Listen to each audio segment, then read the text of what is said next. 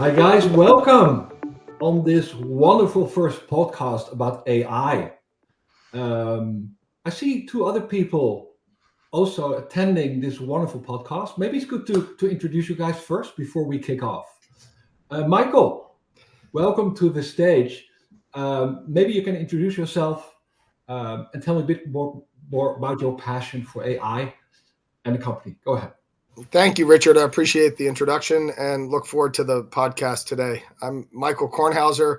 I'm responsible for Trimble's North American transportation and logistics business. And I've been with the business for over 20 years and seen a lot of evolution in the transportation and logistics industry over that time. And with AI coming in, it's I think we're on the cusp of a bigger revolution than we've ever seen, and so I'm very excited to see how we can implement AI within our products and services to overall help the transportation and logistics industry run in a safer, greener, and more kind of cohesive way between the various players in the market. Thanks. You sound really passionate about AI, right? Well, I think it's an exciting time. It's It is, seen yeah. so much advancement. We don't know what the future holds, but it is an exciting time, and we've done some amazing things in a short amount of time with AI, and I'm excited to see what can happen in the future. Thanks for your introduction. Philipp, the Hey, stage is Richard. yours. Go ahead. Thank you for having us here on this podcast. So I'm Philipp. I'm the basically I'm Michael's counterpart. So I'm leading the transportation business in Europe for Trimble. I've been with the business for over 13 years. So also quite some changes that I saw in the industry, and obviously it's an ever changing industry, and now this ever changing industry that's constantly in movement, that's constantly to adjust, coupled with this absolute revolution that we're currently in with AI. And this additional, let's say, flavor of possibilities and capabilities that we can now bring to the table, that's really exciting. So it's a great time to be actually in the industry and to help basically shape the industry to adjust to these new technologies. Thanks. It's a great time to be alive anyway. You know, if you look around AI is everywhere. So it's really exciting times. So my name is Richard van Hooydonk. I'm a Dutch trend watcher and futurist. I travel around the world to talk about new technology and AI. And I'm really honored to host this and 3 other podcasts about AI. Today, we will just have a talk about what's happening around us with AI. This is the first podcast. The second one will be about agents, which is the big next step in AI. The third one will be about the dark side of AI, because AI is great, but we also need to look out really well. You know, a lot of things are happening. So I think it's good to inform you about that topic too. And the last topic, also my favorite topic, is how do we keep up? So the last part will be about how to become an AI first company. So guys, I think these are great topics for the next 3 podcasts after this, I guess. So the listeners will be absolutely really curious about the topics. I mean, it's great to have you here today.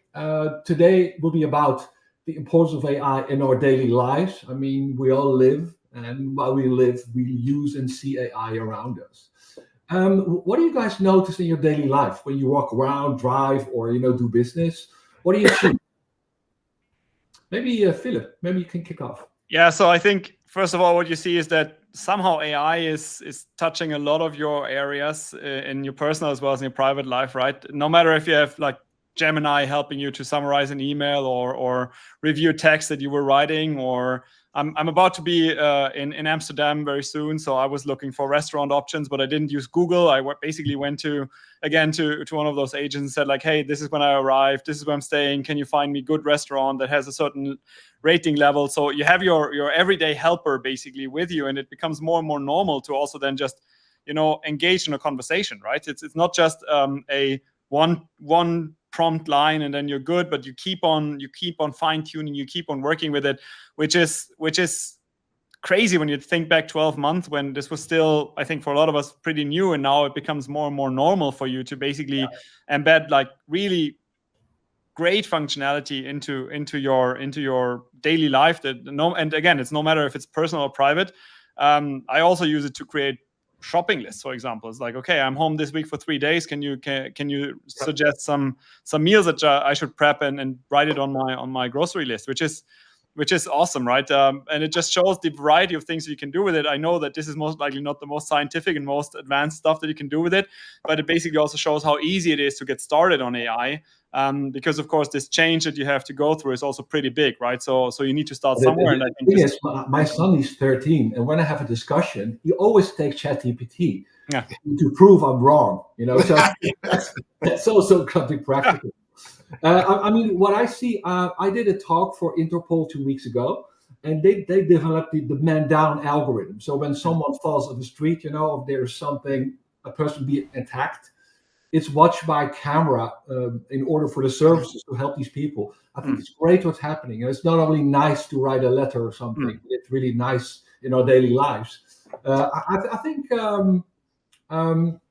Michael, I mean, you live in the US, right? Yes, I live in New York City, and so yeah, and I have 3 young children, and I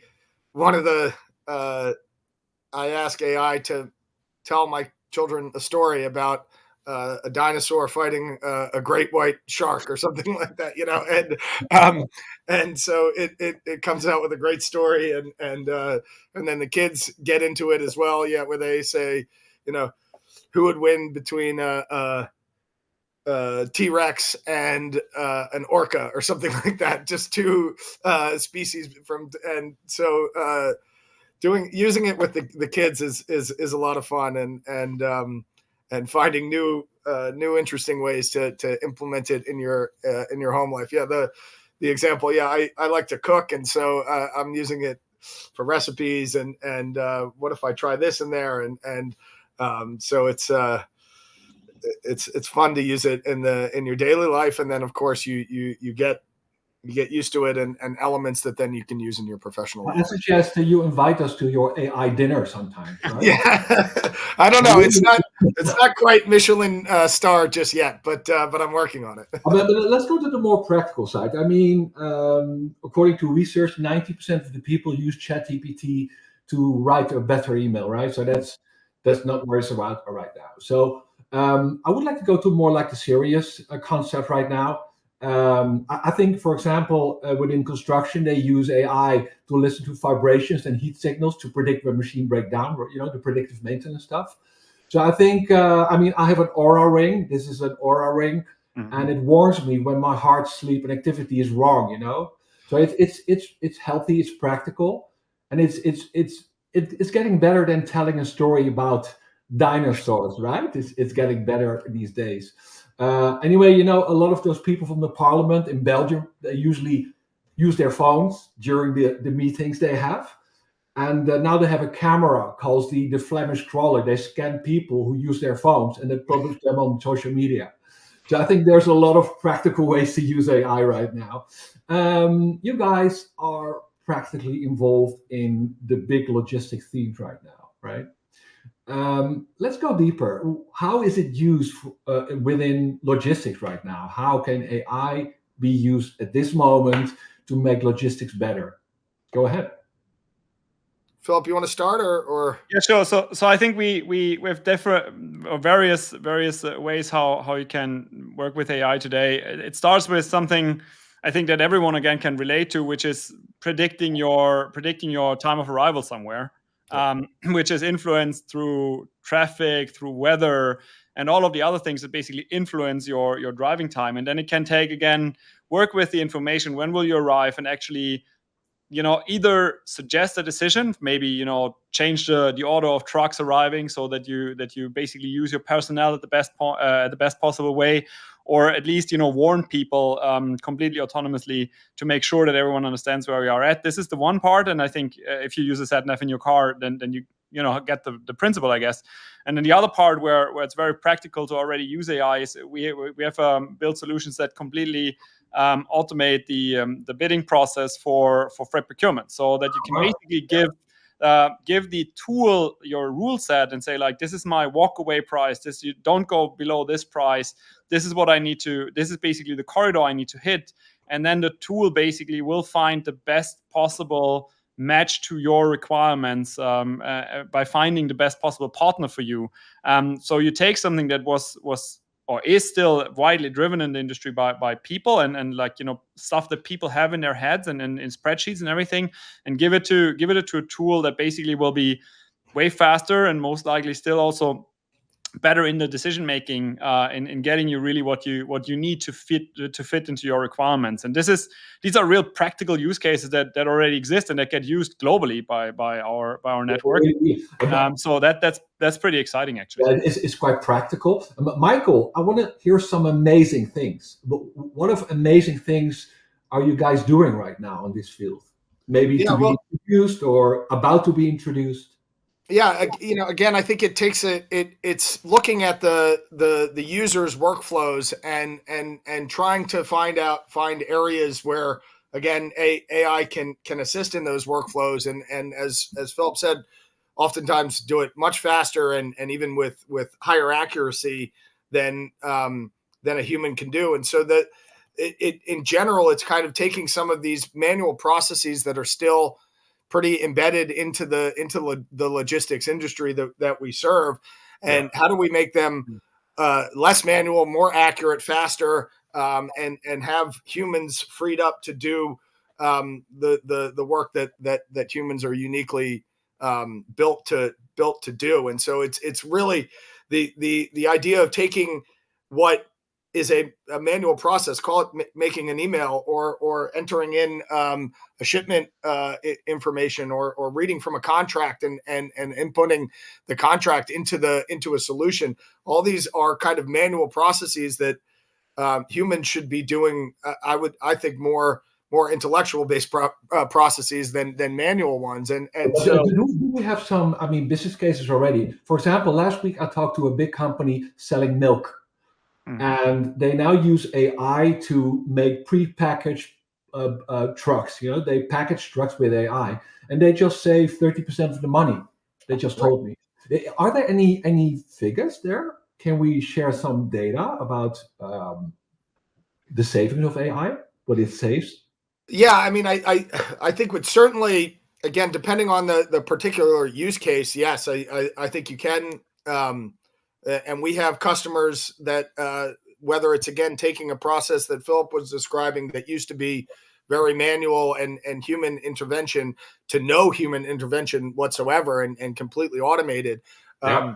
That's where you get some significant savings. And again, the folks that were doing that can ultimately do other work that then is helping the business and in other ways. Transportation companies run on very slim margins, and so the ability to save cost in any part of their business is highly valuable. So I think we're finding these use cases in a number of different areas, and saving numbers like 30% of the time it took to do this task in the past is now gone, and that time can be used in a better way.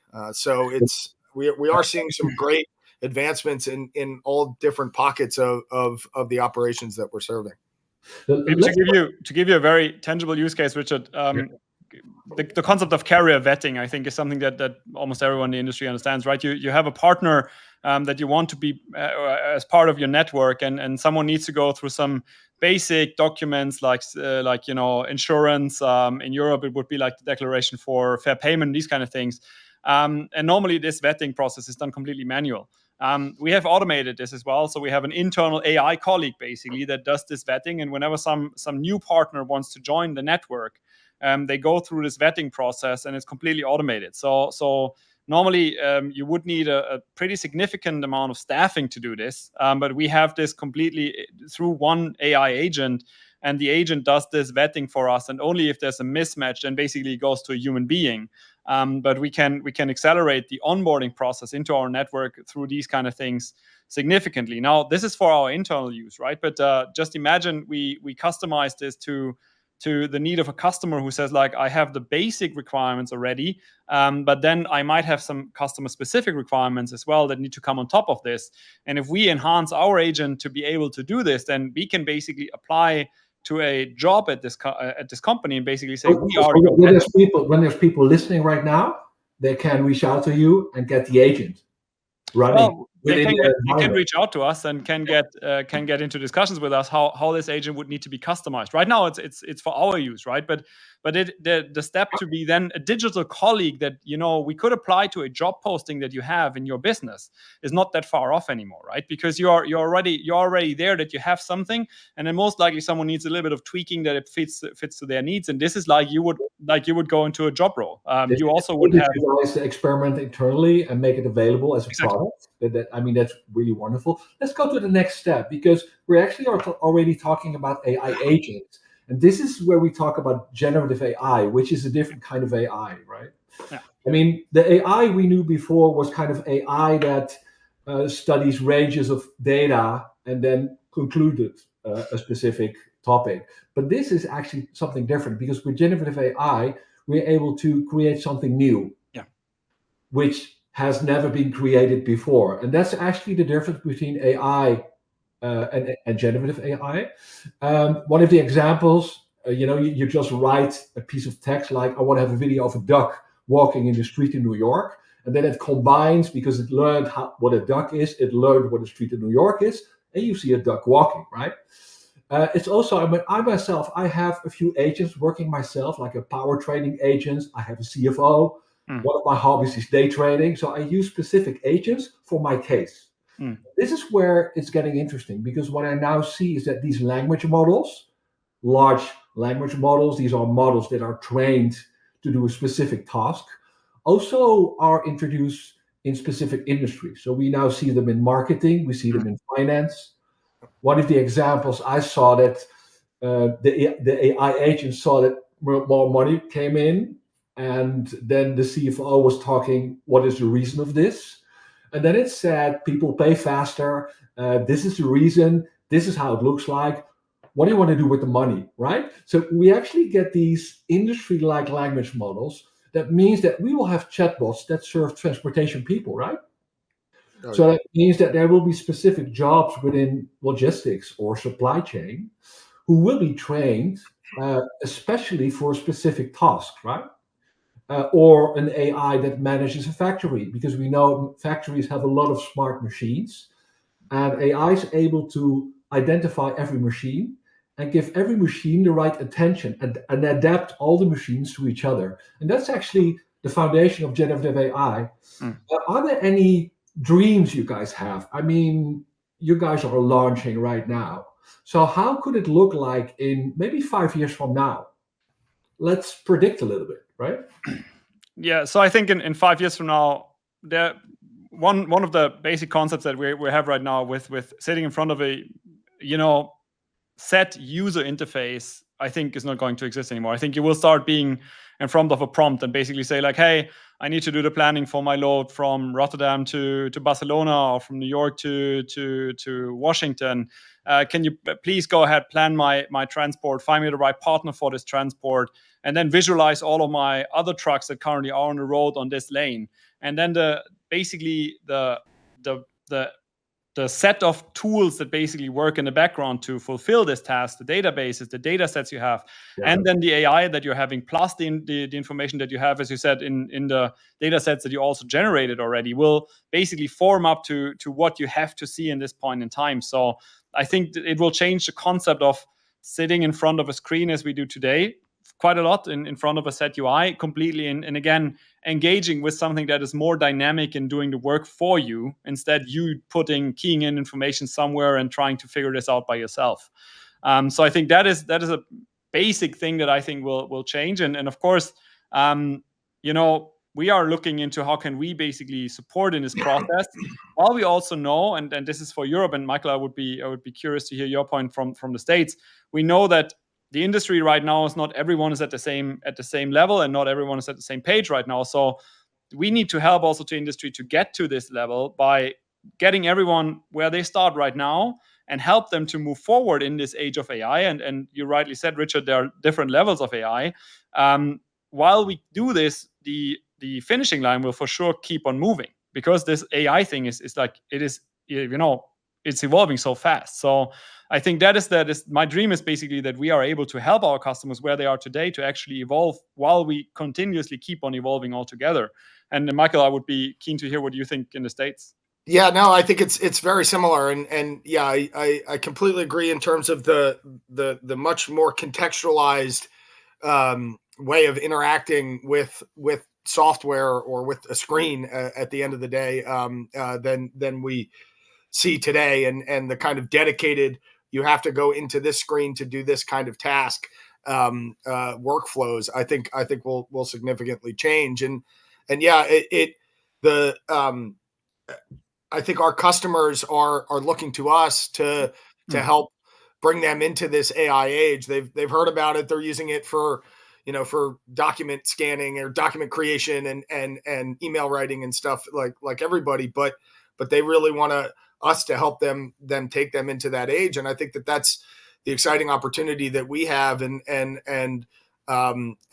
again, as we bring them into this new world, that, as Philip mentioned, the finish line is moving, and we're not sure exactly how far it can go, but the possibilities are very exciting. And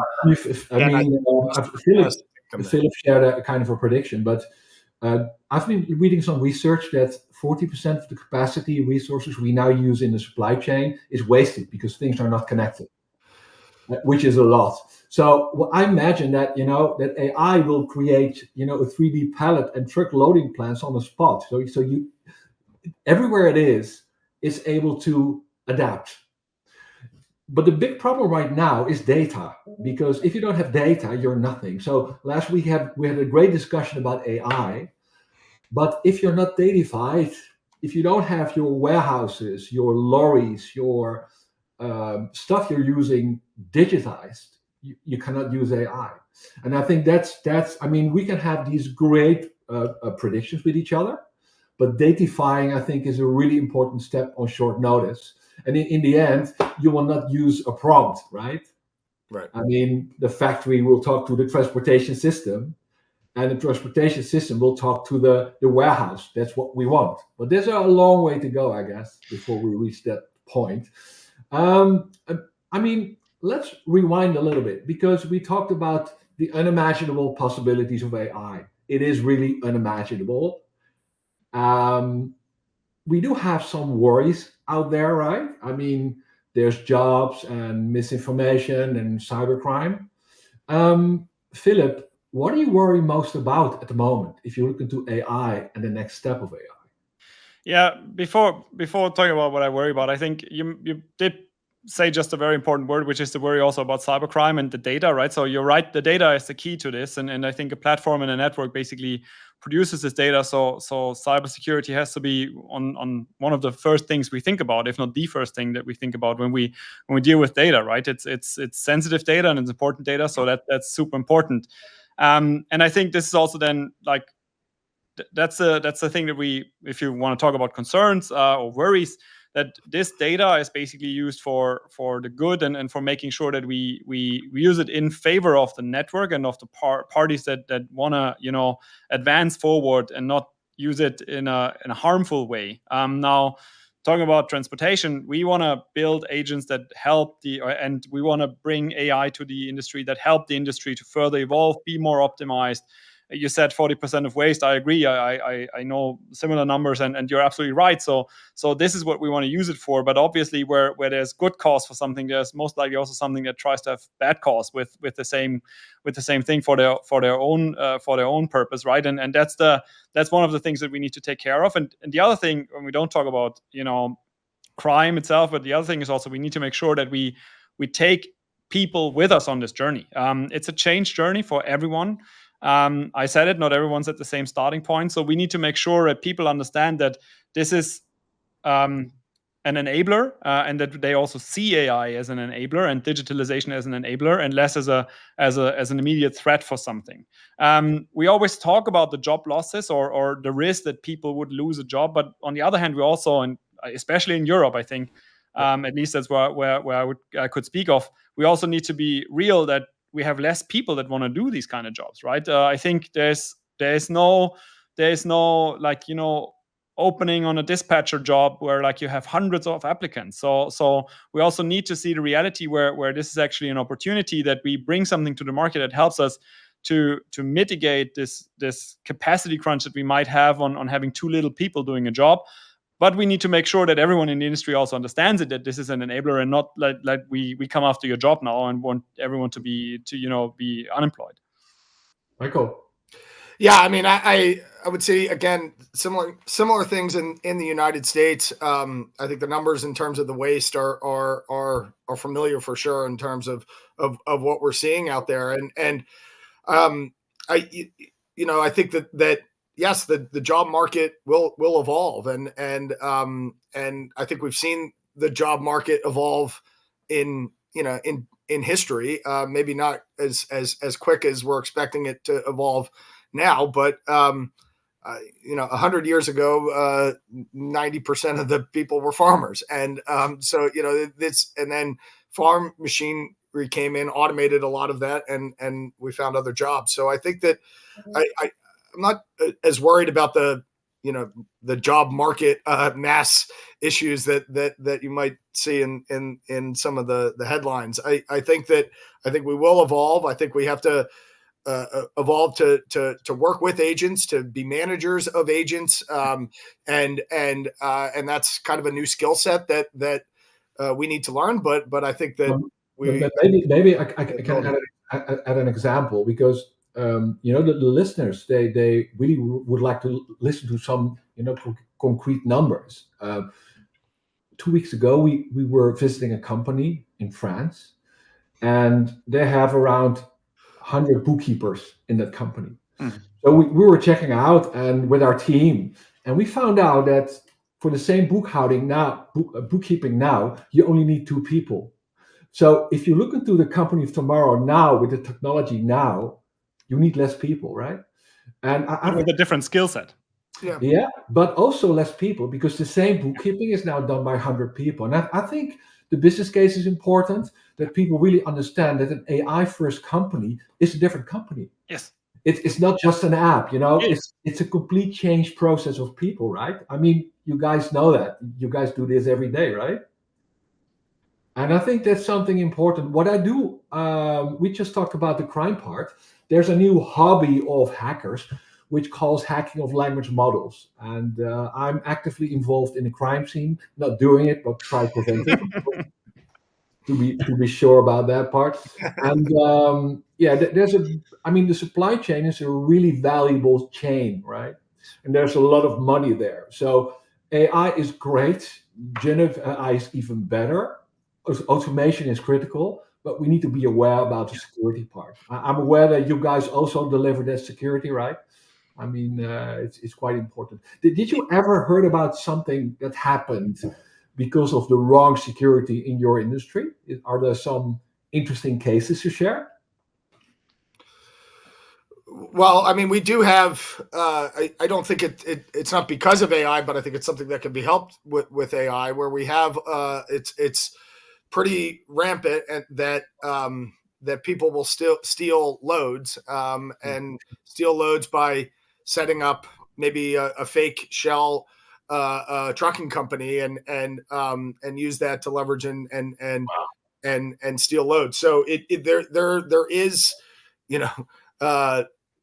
just straight theft happening in the supply chain of hard material goods, and so whether it's the carrier vetting process that Philipp talked through earlier, or other ways of us leveraging, and this is again a way that AI can help us attack this problem, and so where the amount of research that can be done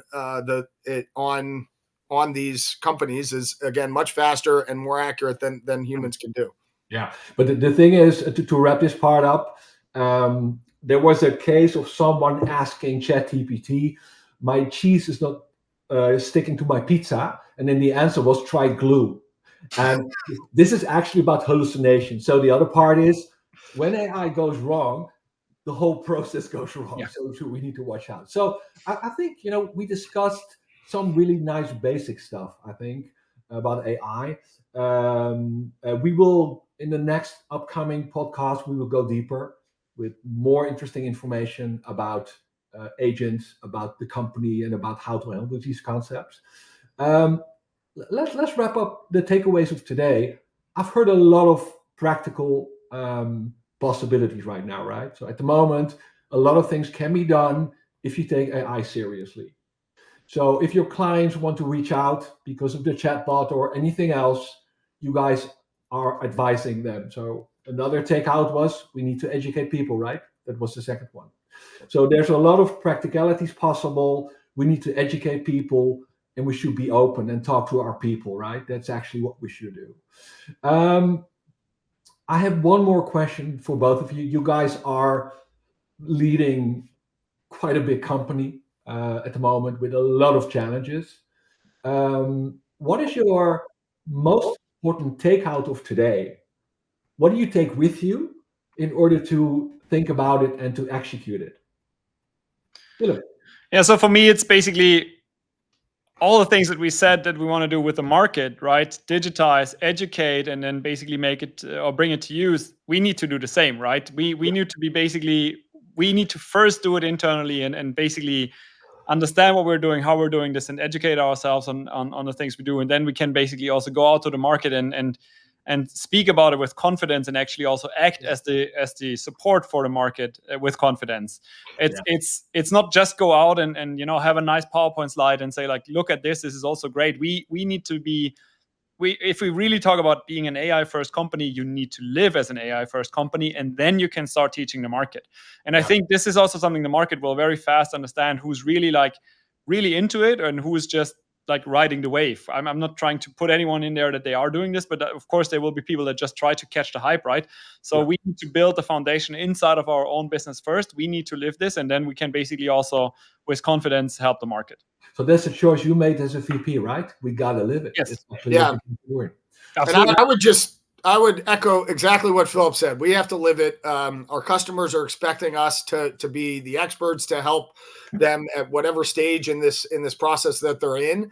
And in order for us to be authentic in that and to really not only have that credibility with our customers, but know some of the pitfalls, know where the areas need to be checked. We are living it internally. We're using it heavily across all of our businesses, creating agents to help us out internally, as Philipp said, before we put them out into the market. And that's really how we are being a AI first company is really living it internally as we then take our customers through it as well. I really like the examples your guys are doing right now. There's a lot of companies who talk about AI, but your guys practicing it, I think it's really important. So you're also your last message is you got to do it. Just play with it, do it. Yeah. I think this was a really nice first podcast. Thank you both for your collaboration. A lot of great ideas and passion. The next one will be about autonomous agents. And the agents is one of the most important, interesting topics right now, because agents can work together. They can agree on their own tasks and they talk to each other. You don't want to miss it. So let's meet each other really soon and talk about agents. Guys, thank you so much. Thank you. Thank you.